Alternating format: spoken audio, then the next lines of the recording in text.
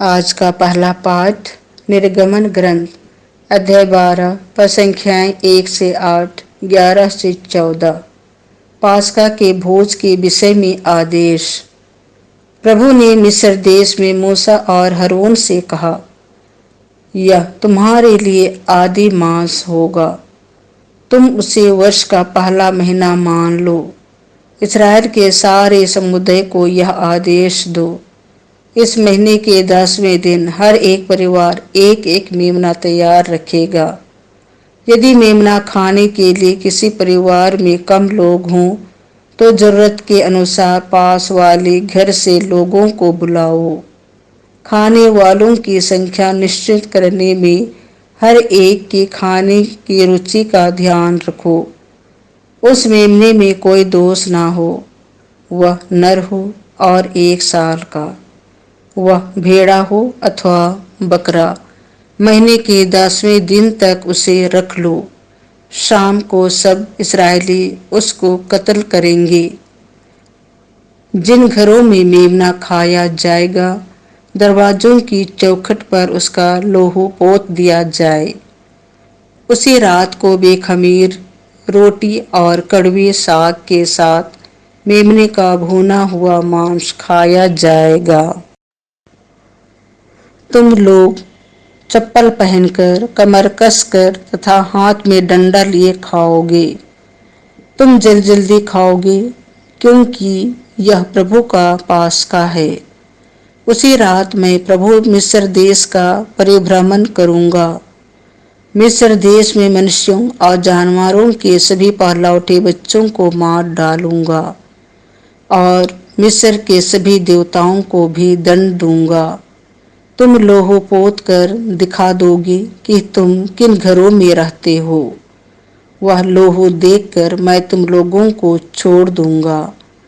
इस तरह जब मैं मिस्र देश को दंड दूंगा, तुम विपत्ति से बच जाओगे। तुम उस दिन का स्मरण रखोगे और उसे प्रभु के आदर में पर्व के रूप में मनाओगे। तुम उसे सभी पीढ़ियों के लिए अनंत काल तक पर्व घोषित करोगे।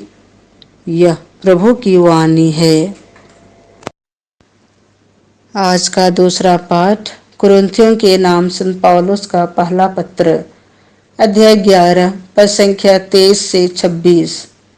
जब जब आप यह खाते अथवा पीते हैं, प्रभु की मृत्यु घोषित करते हैं। भाइयों, मैंने प्रभु से सुना और आप लोगों को भी यही बता दिया है कि जिस रात को प्रभु यीशु पकड़वाए गए, उन्होंने रोटी लेकर धन्यवाद की प्रार्थना पढ़ी और उसे तोड़कर कहा, यह मेरा शरीर है, यह तुम्हारे लिए है, यही मेरी स्मृति में किया करो। इसी प्रकार ब्यारी के बाद उन्होंने प्याला लेकर कहा, यह प्याला मेरे रक्त का नूतन विधान है। जब जब तुम उसमें से पियो तो यही मेरी स्मृति में किया करो। इसीलिए जब जब आप लोग यह रोटी खाते और यह प्याला पीते हैं, आप प्रभु के आने तक उनकी मृत्यु की घोषणा करते हैं। यह प्रभु की वाणी है। संत यूहन्ना के अनुसार पवित्र सुसमाचार अध्याय 13 पद संख्याएं 1 से 15। उन्होंने अपने प्रेम का सबसे बड़ा प्रमाण दिया।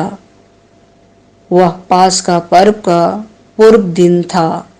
यीशु जानते थे कि मेरी घड़ी आ गई है और मुझे यह संसार छोड़कर पिता के पास जाना है।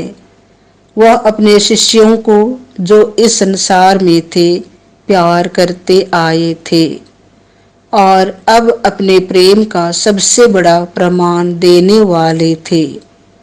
शैतान ब्यारी के समय तक सिमोन इस्करियोती के पुत्र यूदस के मन में यीशु को पकड़वाने का विचार उत्पन्न कर चुका था। यीशु जानते थे कि पिता ने मेरे हाथों में सब कुछ दे दिया है। मैं ईश्वर के यहाँ से आया हूँ और ईश्वर के पास जा रहा हूँ। उन्होंने भोजन पर से उठकर अपने कपड़े उतारे और कमर में अंगोछा बांध लिया। तब वह परात में पानी भरकर अपने शिष्यों के पैर धोने और कमर में बंधे अंगोछे से पोंछने लगे। जब वह सिमोन पेतरुस के पास पहुंचे तो पेतरुस ने उनसे कहा, प्रभु, आप मेरे पैर धोते हैं? यीशु ने उसे उत्तर दिया, तुम अभी नहीं समझते कि मैं क्या कर रहा हूँ, बाद में समझोगे।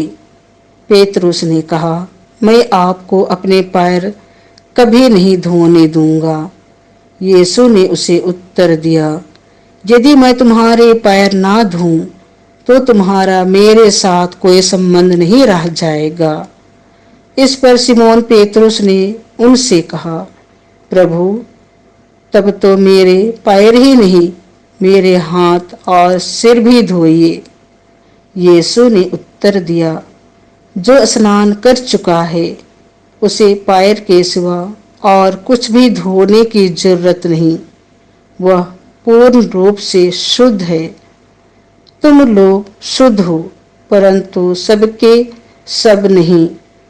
वह जानते थे कि कौन मेरे साथ विश्वासघात करेगा, इसीलिए उन्होंने कहा, तुम सबके सब शुद्ध नहीं हो।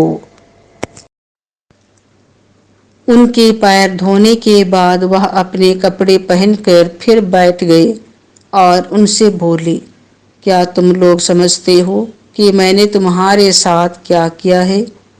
तुम मुझे गुरु और प्रभु कहते हो और ठीक ही कहते हो, क्योंकि मैं वही हूँ।